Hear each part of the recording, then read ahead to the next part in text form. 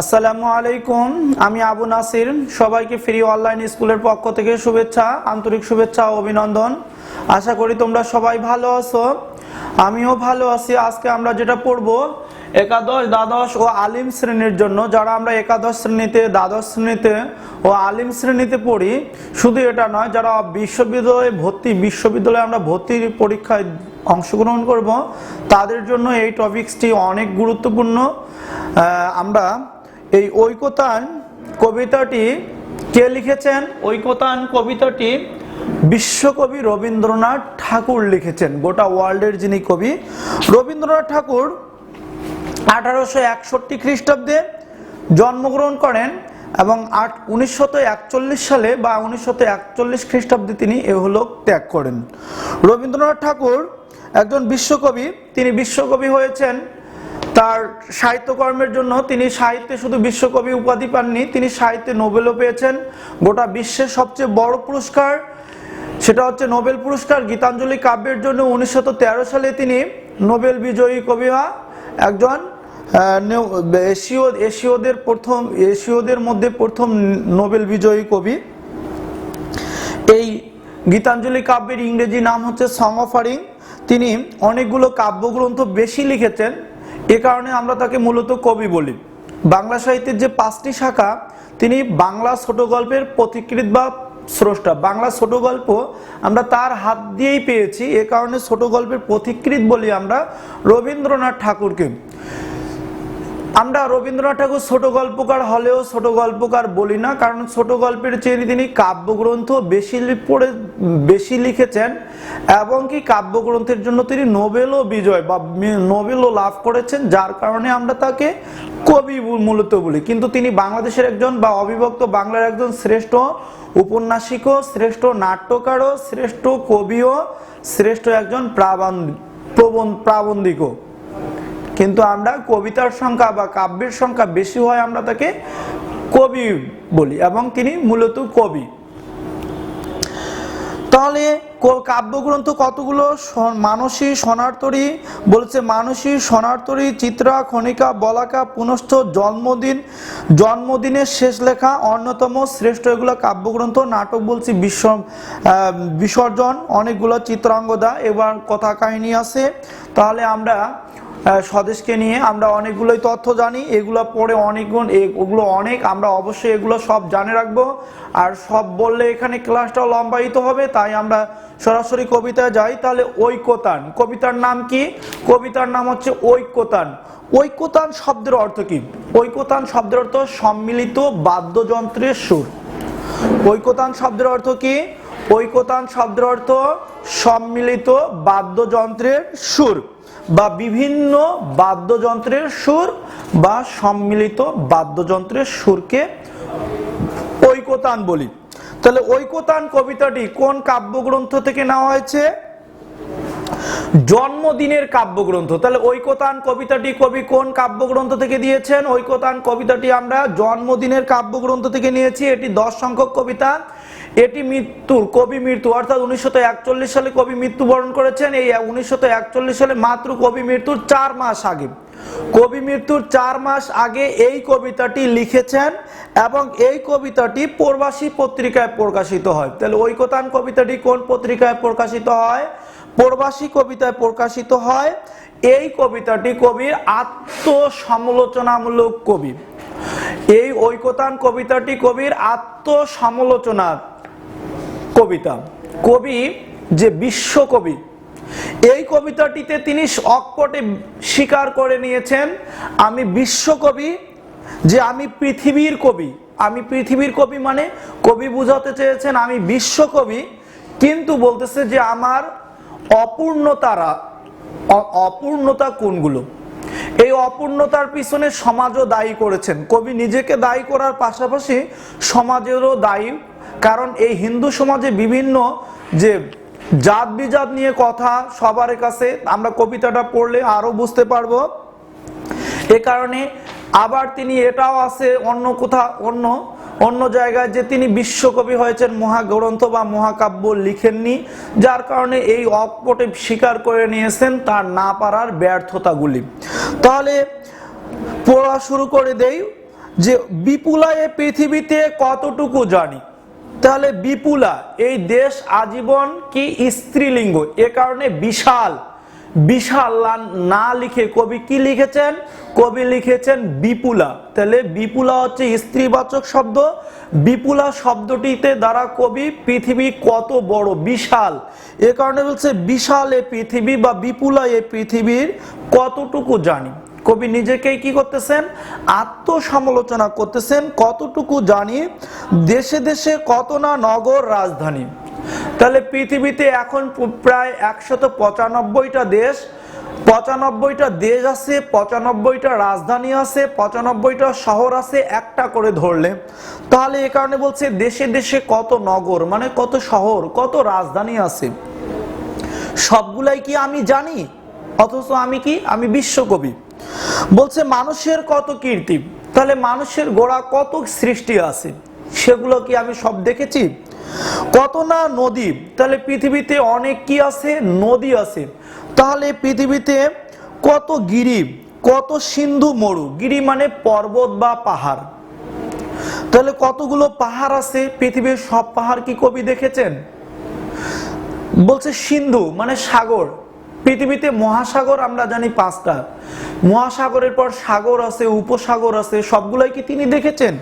এ কারণে বলছে কত নদী, গিরি, পর্বত, গিরি মানে পর্বত, সিন্ধু মানে সাগর, মরু মানে হচ্ছে মরুভূমি।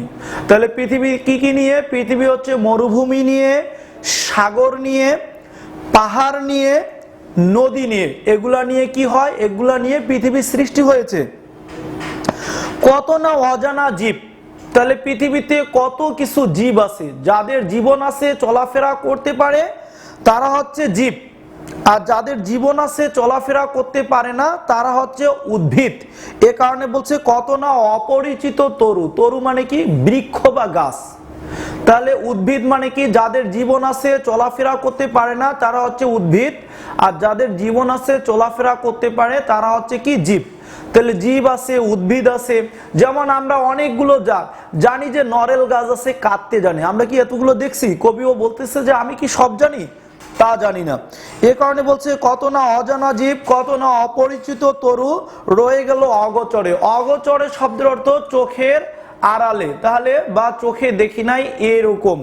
বলছে অগোচরে বিশাল বিশ্বের আয়োজন, পৃথিবীটা অনেক বড়, সবগুলা জ্ঞান আমার নাই। বলছে মন মোর, মোর মানে আমার, মন মানে হচ্ছে অন্তর হৃদয় আত্মা, মন শব্দের অর্থ অন্তর হৃদয় আত্মা। কবির হৃদয় জুড়ে থাকে অতি ক্ষুদ্র তারই এক কোণ। তাহলে এই অনেক বড় পৃথিবীর ক্ষুদ্র একটি জায়গায় কবি বাস করেন, এ কারণে বলছে মন মোর, মন আমার জুড়ে থাকে ক্ষুদ্র ছোট, ক্ষুদ্র মানে ছোট এক জায়গায়। যেথা বলছে সেই কোপে পড়ি বলছে সেই কোপে পড়ি গ্রন্থ ভ্রমণ বৃত্তান্ত আছে জাহের। তাহলে ভ্রমণ বৃত্তান্ত, কবি ভ্রমণ করে বিশ্বটাকে দেখে যতটুকু দেখেছেন ততটুকু নিয়ে লিখেছেন, যতটুকু দেখতে পাননি তাদেরকে নিয়ে লিখেননি। এই কথাগুলো এই লাইনে বুঝাতে চাচ্ছেন। অক্ষয় উৎসবে যেথা চাই চিত্রময়ী, যেথা পাই চিত্রময়ী বর্ণনার বাণী। বাণী মানে হচ্ছে কথা, বাণী মানে হচ্ছে বুলি, বাণী মানে হচ্ছে ভাষা। তাহলে চিত্রময়ী অর্থাৎ কবি চিত্র অঙ্কন করে যতটুকু দেখেছেন মনের মধ্যে কল্পনা করে অঙ্কন করে কবি অতটুকুই লিখছেন। কুরাইয়া আনি মানে যেখানে যা কিছু দেখছেন সেখানে তাহা লিখে লিখে তিনি লিখতে চেষ্টা করেছেন। জ্ঞানের দীনতা, জ্ঞানের দীনতা মানে দারিদ্রতা বা জ্ঞানের অভাবের কথা বলছেন। আমার জ্ঞানের দীনতা, আমার জ্ঞানের দারিদ্রতা, এই আপনার মনে, এই আমার মনে, বা আপনারা যেটা জানেন, পূর্ণ করিয়া লই যত পারি ভিক্ষা লব্ধ ধনে। এখানে বলছে ভিক্ষা লব্ধ ধন, কবি বিদ্যাকে বা জ্ঞানকে, জ্ঞানের দীনতা, জ্ঞানের অভাবকে কি দ্বারা পূর্ণ করেছেন, ভিক্ষা লব্ধ ধনে। যেমন উদাহরণ হিসেবে বলতে পারি যে একটা ভিক্ষুক যেমন 10টা বাড়ি থেকে এক মুষ্টি করে ভিক্ষা করে জীবন জীবিকা নির্বাহ করে, বা 10টা দোকান থেকে 1 টাকা 2 টাকা করে উপার্জন করে, ঠিক কবি বলতেছে আমিও এই জ্ঞানের দারিদ্রতায় বিভিন্ন জায়গায় ঘুরে ঘুরে বেড়ায় ভিক্ষুকের যেমন বেড়ায় ভিক্ষুক ভিক্ষাদান করে, ঠিক আমিও বিভিন্ন জায়গায় ভ্রমণ বৃত্তান্ত রচনা করে সাহিত্য চর্চা বা কবিতা বা উপন্যাস নাটক লিখেছি। তাহলে ভিক্ষালব্ধ ধনে কবি জ্ঞানের দীনতা বা দারিদ্রতাকে অভাব পূর্ণ করতে চেষ্টা করেছেন। বলছে আমি পৃথিবীর কবি। আমি বলতে কে? আমি বলতে রবীন্দ্রনাথ ঠাকুর নিজেই। আমি পৃথিবীর কবি। তাহলে রবীন্দ্রনাথ এই লাইনে অকপটে স্বীকার করে নিচ্ছেন যে আমি বিশ্ব কবি, আমি পৃথিবীর কবি। যেথা তার যত উঠে ধ্বনি, ধ্বনি মানে কথা বা আওয়াজ বা ভাষা বা বুলি, যেথা তার যত উঠে ধ্বনি আমার বাঁশির সুর সারা জাগাবে তখনই। আমি যাদেরকে নিয়ে লিখতেছি তারা যদি এগুলো পড়ে বা জানে, তারা যদি এগুলো উপলব্ধি করতে পারে, তখন আমার এই সাহিত্যের সার্থকতা লাভ করব। তখনই এই স্বর সাধনায় পৌঁছিল না বহুতর ডাক, রয়ে গেল ফাঁক। ফাঁক মানে হচ্ছে গ্যাপ। তাহলে কবি বলতেছে আমি 10টা বিষয়ের মধ্যে 9টাকে নিয়ে লিখছি বা 8টাকে নিয়ে লিখছি, এখনো 10টা বিষয়ে নিয়ে লিখতে পারিনি, আমার এখনো ফাঁক বা গ্যাপ আছে। প্রকৃতির ঐকতান স্রোতে, প্রকৃতি মানে পৃথিবীর সব কবি সব সাহিত্যিকগণ প্রকৃতি থেকেই শিক্ষা লাভ করে। যদি সাহিত্য পড়েই সাহিত্যিক হইতো তাহলে রবীন্দ্রনাথ প্রকৃতি প্রেমিক, কাজী নজরুল বিদ্রোহী হতো না, তাহলে সবাই একই রকম হইতো। কিন্তু রবীন্দ্রনাথ যা লিখেছেন কাজী নজরুল তা লিখতে পারেন নাই, কাজী নজরুল যা লিখেছেন জসীমউদ্দিন তা লিখতে পারেন নাই।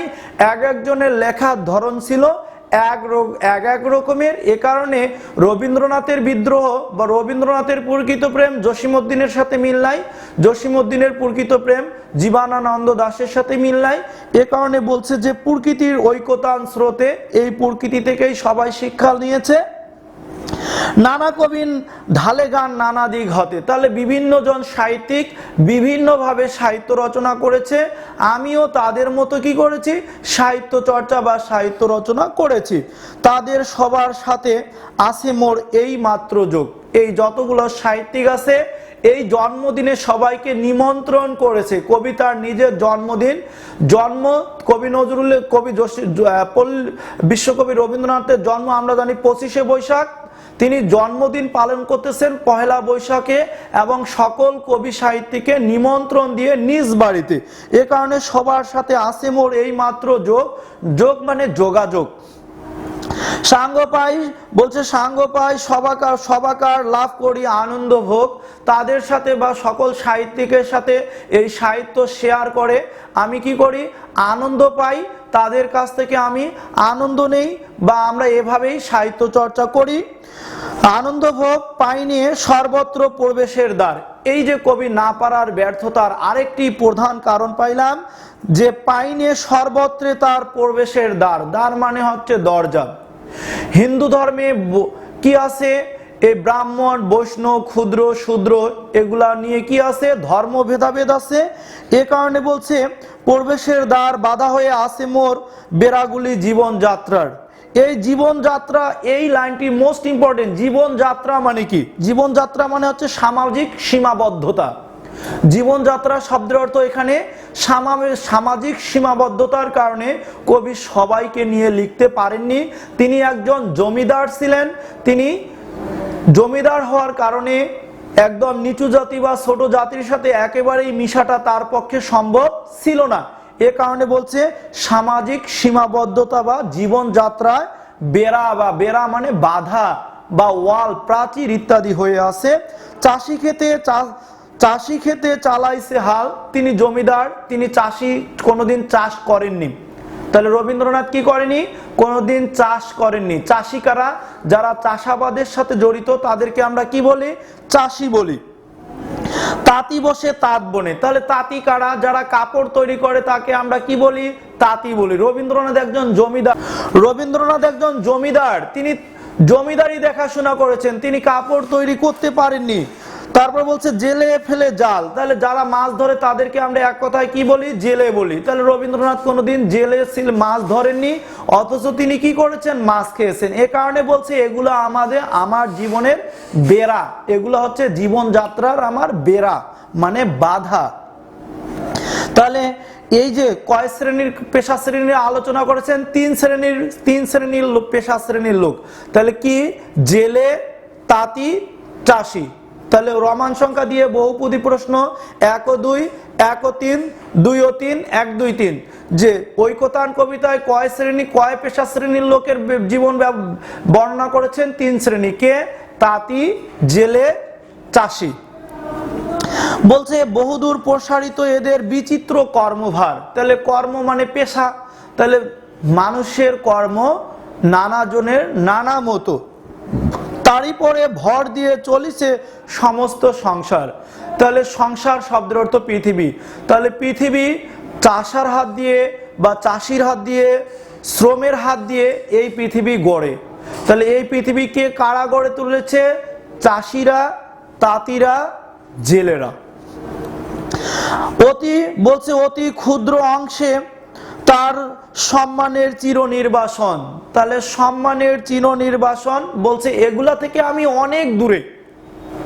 নির্বাসন মানে তো আমরা জানি যে এগুলা থেকে আমি ছিন্ন।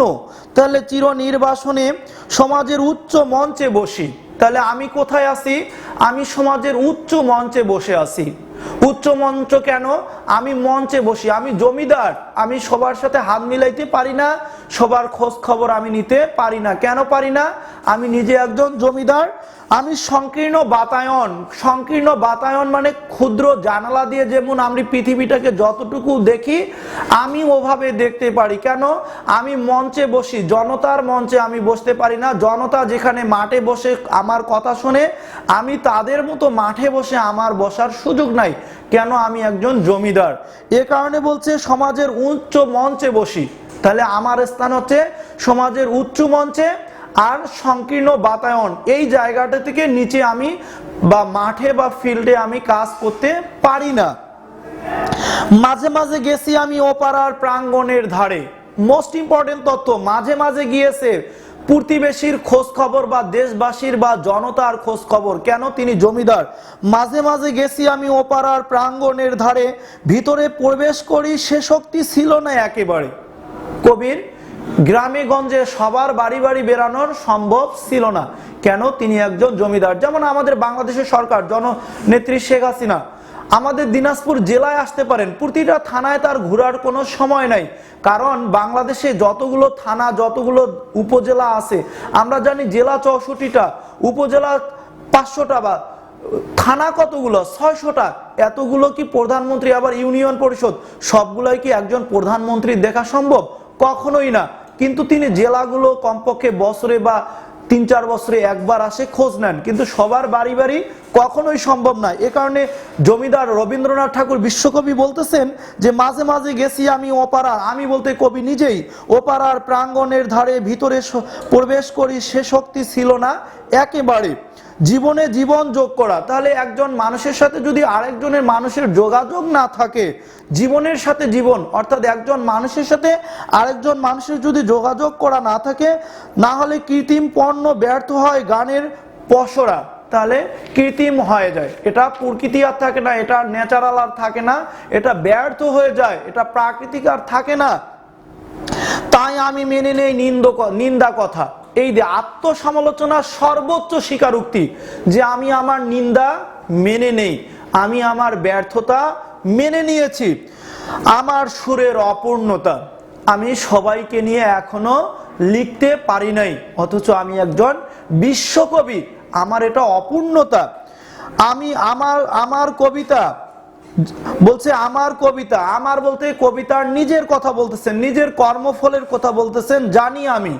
তাহলে এই যে আত্মস্বীকারোক্তি, আমার কবিতা, আমার কর্মফল জানি আমি কাকে নিয়ে লিখেছি, আমি কাকে নিয়ে লিখিনি।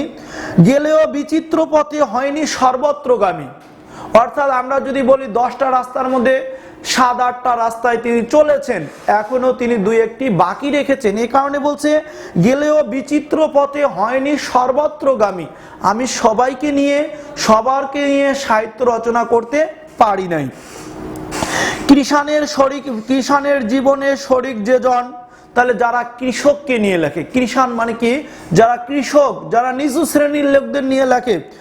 কর্মেও কোথায়, তাহলে যাদের কৃষকের কর্ম এবং কৃষকের কথা নিয়ে সত্য আত্মীয়তা করেছে অর্জন, যারা কি করেছে, মাটি মানুষের কবিতা লিখেছে, যারা কি করেছে, মাটি মানুষকে গুরুত্ব দিয়েছে, আত্মীয়তা করেছে অর্জন। যে আছে মাটির কাছাকাছি সে কবির বাণী লাগি কান পেতে আসি। তাহলে কবি যারা নিচু শ্রেণী, কর্মের কথা, নিচু শ্রেণীর বা সকল শ্রেণীর কর্মের কথা, কাজের কথা লিখেছেন, কবি তাদের কথাগুলো শোনার জন্য কান পেতে বসে আছেন। যে আমি তো নিচু শ্রেণী, আমি তো কৃষক শ্রেণীর নিয়ে লিখতে পারি না, যেই কবিগুলো, যেই সাহিত্যগুলো লেখে তাদের পড়াগুলোই আমি পড়ি এবং তাদের জীবনযাত্রা, তাদের খাদ্যাভ্যাস আমি অবগত হই বা জানতে পারি। বলছে এসো কবি অখ্যাত জনে, এসো কবি কোথায় আসবে, তার জন্মদিনে। সবাইকে জন্মদিনে এই কবিতাটি পড়ে শোনাচ্ছে। রবীন্দ্রনাথ ঠাকুর তার নিজ জন্মদিনে পহেলা বৈশাখে, তার জন্ম ছিল 25শে বৈশাখ, তিনি পহেলা বৈশাখে এই কবিতাটি সকল সাহিত্যিককে বাড়িতে নিমন্ত্রণ করে শোনাচ্ছেন। কি এসো কবি, সবাইকে আহ্বান জানাচ্ছেন, সকল সাহিত্যিককে আহ্বান জানিয়েছেন। এসো কবি অখ্যাত জনে নির্বাক মনে, নির্বাক মনে সবার নিজ নিজ মতো করে, অখ্যাত জন মানে বিখ্যাত জন হয়ে সবার মতো করে, মর্মের মানে মনের, মর্ম শব্দের অর্থ মন, অন্তর, হৃদয়, হৃদয়ের কথা, মর্ম মানে কি, হৃদয়ের কথা বেদনায় যত করি আলোয় উদ্ধার। আমরা কি করি, যারা কেউ লিখতে নেয়, যাদেরকে নিয়ে কেউ লেখে না, তাদেরকে নিয়ে আমরা লিখব, তাদের মনের কথাগুলো আমরা অকপটে কি করব, প্রচার করব। প্রাণহীন এ দেশ, তাহলে আমাদের দেশে প্রাণহীন বলছে কেন, আমাদের দেশে কৃষক শ্রেণীর এখনো কি হয় না, মূল্যায়ন হয় না, তারা মূল্যায়িত পাচ্ছে না। আমরা কৃষকদেরকে ছোট বলে অবহেলা করি, নিচু শ্রেণীর জাত ভাবি, কিন্তু উন্নত দেশে এটা নাই। এ কারণে প্রাণহীন এ দেশেতে গানহীন যেথা চারিধার, অবজ্ঞার তাপে শুষ্ক নিরানন্দ সেই মরুভূমি। আমাদের দেশটা যেমন মরুভূমিতে কোনো আবাদ হয় না, কোনো জমি চাষাবাদ হয় না, নিরানন্দ মানে আনন্দহীন, এমনকি অবজ্ঞা করি, অবজ্ঞা মানে অবহেলা করি। তাহলে আমরা কৃষক শ্রেণী বা নিচু শ্রেণী বা মজুর শ্রেণীকে কি করি, অবজ্ঞা করি। তারা শুষ্ক মানে শুকনো, তারা নিরানন্দ মানে আনন্দহীন, তারা মরুভূমির মতো। তাহলে আমরা তাদের কি করব, এই চাষি শ্রেণী, নিচু শ্রেণীদের নিয়ে চাষাবাদ করব, অর্থাৎ তাদেরকে নিয়ে সাহিত্য চর্চা করব। রসে পূর্ণ করে দাও তুমি, এখানে সকল সাহিত্যিক বা যারা নিমন্ত্রণ পেয়েছে সবাইকে, তাদেরকে নিয়ে, সকল শ্রেণীর মানুষকে নিয়ে সাহিত্য চর্চার কবি আহ্বান জানাচ্ছে যে আমি পারি নাই, তোমরা পারবা। অন্তর যে উৎস তার আছে আপনারই, অর্থাৎ আপনারাই পারবেন তাদেরকে নিয়ে লিখে তাদের কি করা, মনের কথাগুলো বা মর্মের কথাগুলো তুলে ধরতে। বলছে উদ্বাড়ি, বলছে তাই তুমি দাও তো, বলছে অন্তরে তা আপনারই, তাই তুমি দাও তো উদ্বাড়ি। উদ্বাড়ি মানে উন্মুক্ত করে দেওয়া, ওপেন করে দেওয়া, প্রকাশ করে দেওয়া। তাহলে আপনারা কি করবেন, সকল সাহিত্যিকগণ নিচু শ্রেণী সকল শ্রেণীর নিয়ে লিখবেন এবং এগুলা সাহিত্যে প্রকাশ করে তাদের মর্মে অন্তরের কথাগুলো তুলে ধরবেন। সাহিত্যের ঐকতান সঙ্গীত সভা, এই যে ঐকতান মানে সম্মিলিত, সম্মিলিত মানে কি, বড় লোক, ছোট লোক, উঁচু শ্রেণী, নিচু শ্রেণী, সকল ধর্মের লোক একত্রিত হয়ে, এ কারণেই বলছে ঐকতান। সাহিত্যের ঐকতান সঙ্গীত সভা, সাহিত্য সভাকে বলছে কবি এখানে। একতারা মানে উপেক্ষিত, একতারা শব্দের অর্থ উপেক্ষিত, যারা সমাজে কি অবহেলার পাত্র। একতারা যাহারা, তারাও সম্মান যেন পায়, যারা, যাদেরকে নিয়ে কেউ লেখে না, যাদের কথা সমাজে এখনো কি হয় না, আলোচনা হয় না, তাদেরকে আমরা কি করব, সাহিত্যের মধ্যে সম্মান দিব। এবং মুখ মানে নির্বাক, মুখ মানে ববা বধির, যারা মুখ বাড়া মানে কথা বলতে পারেন না, উঁচু শ্রেণীর কিসে, উঁচু শ্রেণীর ক্ষমতার দাপটে যারা কি করতে পারে না, মুখ মানে নির্বাক, কথা বলতে পারে না, ববা বধির, যারা সুখে এবং দুঃখে কি করতে পারে না, আলোচনা সমালোচনা করতে পারে না, নত শির মানে মাথা, যারা সমাজে মাথা নিচু করে আছে, স্তব্ধ মানে থেমে গেছে, যারা বিশ্বের সম্মুখে, যারা পৃথিবীর মুখে মাথা উঁচু করে দাঁড়াতে পারে না, যারা পৃথিবীর বড় লোকের অত্যাচারে কথা বলতে পারে না, বা যারা ছোট লোকের অত্যাচারে বড় লোক কথা বলতে পারে না, এই রকম সমাজ থেকে বেরিয়ে এসে ওগো গুণী, সকল সাহিত্যিককে বলতেছেন কবি, ওগো গুণী, তোমরা মানি ব্যক্তি, তোমরা পারবা, তোমাদের দ্বারাই সম্ভব। ওগো গুণী, কাছে থেকে দূরে যারা আমার কাছ থেকে দূরে আছে, তাহাদের বাণী আমি তোমাদের মাধ্যমেই শুনতে চাই। ওগো গুণী, কাছে থেকে দূরে যারা, তাহাদের বাণী যেন শুনি। তাহারা কারা? তাহারা হচ্ছে পৃথিবীর সকল শ্রেণীর লোকের নিয়ে লেখা সাহিত্য রচনা, যাদেরকে নিয়ে সবাই মিলে সর্বপ্রচেষ্টায় সাহিত্য চর্চা হবে। এই নিজের আত্মসমালোচনা দেখিয়ে এই কবিতাটি সংক্ষিপ্ত আকারে এই সিলেবাসে এসেছে। তাহলে আমরা কমপক্ষে এতটুকু জানবো, পরবর্তীতে যখন আমাদের জানার সুযোগ হবে, এখানে সংক্ষিপ্ত দেওয়া আছে, বিস্তারিত অবশ্যই পড়তে পারবো। তাহলে আমরা সবাই এই করোনার সময় কি করব, ঘরে থাকব এবং ঘরে বসে না থেকে সাহিত্য চর্চা শুরু করে দিব। কবি বলছে তোমাদের দ্বারাই সম্ভব, তোমরাই পারবে। তাহলে আমাদের দ্বারাই সম্ভব, আমরাই পারবো। সবাই ঘরে থাকবো, সবার সুস্বাস্থ্য উজ্জ্বল ভবিষ্যৎ ও দীর্ঘায়ু কামনা করে এখানেই বিদায় নিচ্ছি। আল্লাহ হাফেজ।